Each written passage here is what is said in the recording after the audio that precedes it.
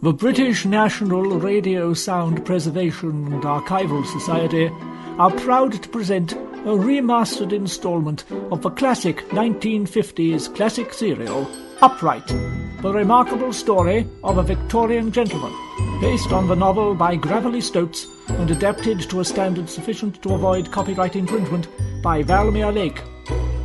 Episode 1. The New Position.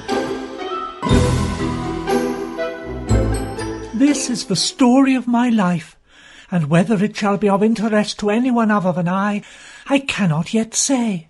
I was born in 1860, Lillipot Lane, this very house, the house of my parents. Alas, I am half an orphan, as my father died at sea. The weather was fine, and he decided to step off the boat for a moment, forgetting it was 50 miles from land. My mother, left all alone in the world but for me, was unable to make ends meet, and was forced to take in lodgers to help her make ends meet. One such is Mr. Cheerychops, for whom I now work. He is a practising solicitor in London, but it seems to me that he spends all of his time in the law courts, pleading criminal cases, instead of at the inns and taverns, drinking and dancing with ladies, like all the other solicitors. At night he spends hours pacing his room, arguing points of law in front of the mirror. You had to do it. I can't do it again. If you don't, you shall be ruined, Mr. Cheerychops. You're right. So shall I, Mr. Cheerychops. Oh, for the cheery days of yore. And singing songs from the shows in a low, sad voice. The girl I love is up in the gallery. The girl I love is looking down at me. There she is, can't you see? Waving her handkerchief as merry as a robin in a tree. Oh, where did it all go wrong? One day he called me to his office. Come in, young Upright, come in. Thank you, Mr. Cheerychops. Tell me, how long have you been working for Cheerychops and Slapface solicitors at law? Gosh, I'm not sure, sir. Then I shall tell you. 3 whole days. Oh, it has flown by. It has, and Mr. Slapface and I and Mr. Slapface do fear it is time for you to go away. Go away, sir? But I want to stay and become a solicitor. It is such a noble profession. You misunderstand, Mr. Slapface. What he means, and I mean it too, is that you shall go away on business for our firm. Read this letter aloud, as if its contents would not otherwise be known to either of us, if you read it to yourself. Alas, sir, although I can write, I am unable to read more than my own name. Then I shall read it aloud to you.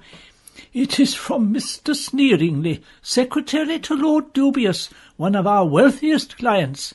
He asks for a bright boy with a little legal knowledge to help him prepare some documents for local matters that need not concern such as Mr. Slapface and myself. I am honoured, sir.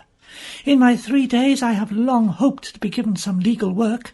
Staring out of the window can be dull. We've always employed a boy to stare out of the window. It shows customers that try to spit at him that we can afford glass. You leave tomorrow. Here are the details. Get someone to read them to you. Thank you, Mr. Cheerychops. Oh, Mr. Cheerychops. Yes, Upright? Will not my lack of learning affect my usefulness to Mr. Sneeringly? No, your utter lack of intelligence is just what he needs.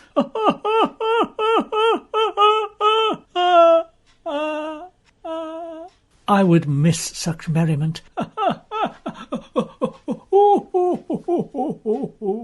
And left with a heavy heart. Oh dear. But excited too for the new adventure which lay before me. Mr. Sneeringly informs me he has a new assistant arriving, Mrs. Jiggles. Another one, Mr. Bracelet? Another one, Mrs. Jiggles. The same room as all the others, Mr. Bracelet? The same room, Mrs. Jiggles. Oh, and the same arrangements? Of course. Oh, I'll get Mary and Crimpet to get the room ready and cleaned up after the last one. They don't suspect, I trust. No, Mr. B. Oh, no, they don't suspect a thing. No. They believe the previous assistants all simply wandered off. All 72 of them. Yes, Mr. B. They're not very bright. Splendid. I shall tell Mr. Sneeringly that all is prepared for the next gentleman. The next thing to do was book a horse, so I went at once to Mr. Rosy-Nose's stables. Father's out just now, but he'll be back soon with a carriage and four. I only really need a pony and trap. Father wouldn't hear of it. Whoa! Here he comes now. Easy, steady, whoa, not so fast, have some sugar. Lovely. Why is he eating the sugar himself? Is it because he hasn't got any horses, or indeed a coach? Shh! Father had to sell the horses and the coach when he fell on bad times. It broke his heart. He pretends the horses are still there, and I pretend too, so's not to hurt his feelings. Whoa! And give him his dignity. Right. Thing is... Who is this, eh? A new stable lad. Beware, boy, 'tis hard work. Steady, don't get too close. They're frisky. He likes you. Yes, he does. I think I've changed my... He wants to hire a coach and four, Father, to go all the way to... Where is it? Neverwood Park, in Hopchester. Hopchester? A tidy ride. My beauties will like that. They need the exercise. Whoa there. Whoa. Have some more sugar. But why not give Lady an apple? An apple for Lady? They'll all want one daughter. I haven't got an apple. Yes, you have. Plenty. In this basket. What basket? Oh, I see. Yes, lots of apples. Not there! In her mouth, boy, in her mouth! Oh, sorry. You will not make a stable lad, I fear. I'm not a stable lad. I want to hire your coach to go to Hopchester. Of course. Whoa! I must dismount. There, I've dismounted. Bravo, Father. For what? 'Tis a hard jump at his age. I'm in a bit of a hurry, so... as soon as the horses are rested and have eaten their hay. Here, let me help. Nice horses, yum, eat up all your lovely hay. What is he doing, Cressley? I dunno, Father. Happen he's touched in the head. The hay is in here. Really? Do we have to go through this far? Crikey! There's loads of it. It must have cost a fortune. One can't stint the horses. They are my booties, my beauties. Off you go. Have your nice hay. We're excited. No wonder you have no money. Shh! Father was swindled, amongst other things, into buying too much hay for the horses. That's why he had to sell them all. Oh, why didn't he just sell the hay? What? Why didn't he sell the hay? And let the horses starve? Nay! Why didn't we sell the hay? Cressley, prepare yourself for a shock, my dear.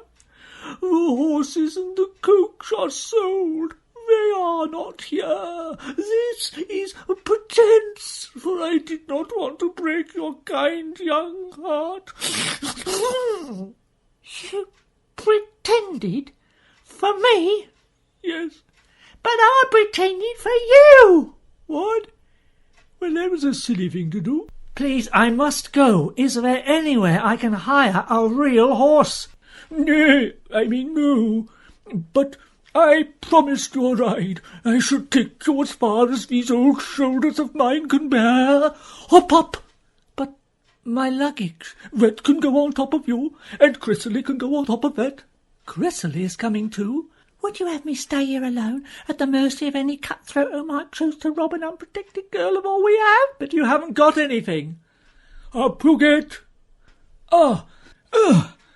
You shouldn't have so much luggage. Oh, it's heavy, heavy. Oh, steady, my beauties, steady. Oh, You haven't got any beauties. these are fresh horses. It would not do for people to see Mr. Rosy-Nose of Rosy-Nose stables without his coach and four. Oh, away, my beauties, away. Oh, I can't move. Careful, father, you will topple forward into the mud. Use the whip, girl, use it. The whip? What whip? I have it. No, you don't. Oh, gosh, you do. Away! Away! You do have a whip. Oh, steady, steady. Oh, we are away. Hold on. They're frisky, frisky. It took us 7 hours to travel 8 miles. For 3 of those hours, Mr. Rosy-Nose was face down in a ditch, and it took much effort to right him. Then, apparently, the horses ran off, and so we had to wait until he found them. Another 2 hours passed until he returned, rather incoherent, and with his rosy nose rosier than ever. I found the horses. Oh, but they're sleepy now. Yes, sleepy. Oh. But I must make haste. Oh, sleepy horses, sleepy. I shall continue on foot. Just a minute. Do not try to dissuade me. I'm not going to. But ain't you forgetting something? I shall carry my luggage. I've already had it upon my back for the last 2 hours. You owe us 2 guineas for the ride so far. 2 guineas? A coach and 4 don't come cheap. You're right. You're absolutely right. Here you are. 1, 2. 2 guineas. Yeah, what's your game? It's just invisible money to go with your invisible coach and your invisible horses. Farewell to you. You won't get away with this, you cheapskate. Taking advantage of an innocent girl and her sweet old father.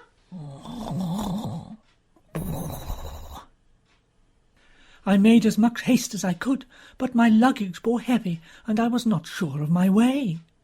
Eventually the weight became too much, and I left behind many items of clothing, including my best breeches. Only later did it occur to me that it would have been better to have abandoned some of my packed items, rather than the ones that I was wearing. Ain't you cold, Sonny? I am a little, ma'am. Yes, ain't you? Which way to Hopchester? Why, my hubby's going to Hopchester. Sit down here and wait.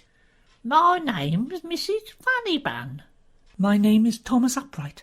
I am in a hurry. Oh, we'll be leaving within the hour. Drink? Oh, thank you, Mrs. Funnybun. Gosh, it is strong. I woke up as dawn broke, with fewer clothes than ever, and no luggage at all, and no money. Mrs. Funnybun, we've been robbed. But it seemed Mrs. Funnybun had been stolen too. What a disaster! Whenever I arrived at Netherwood Park, I should be so late Mr. Sneeringly might send me home again at once with a flea in my ear. I should be disgraced. Mr. Cheerichops would dispense with my services too. Just as there seemed no hope left, and that no glimmer of light could ever kindle in the darkness of my despair, it began to rain. Then my luck changed. An old sack blew into my face, so at last I had something to wear. The thought brightened me. I would persevere. I set out again on my long walk. Perhaps Mr. Sneeringly would look favourably upon such determination. "Help! Help! Somebody help me!" The voice of a young "Help!" maiden. Whatever did it mean? You have been listening to The New Position, being episode 1 of Upright, the remarkable story of a Victorian gentleman. It was adapted by Valamir Lake from the novel by Gravelly Stoats. Next week, episode 2, The Maid's Tale.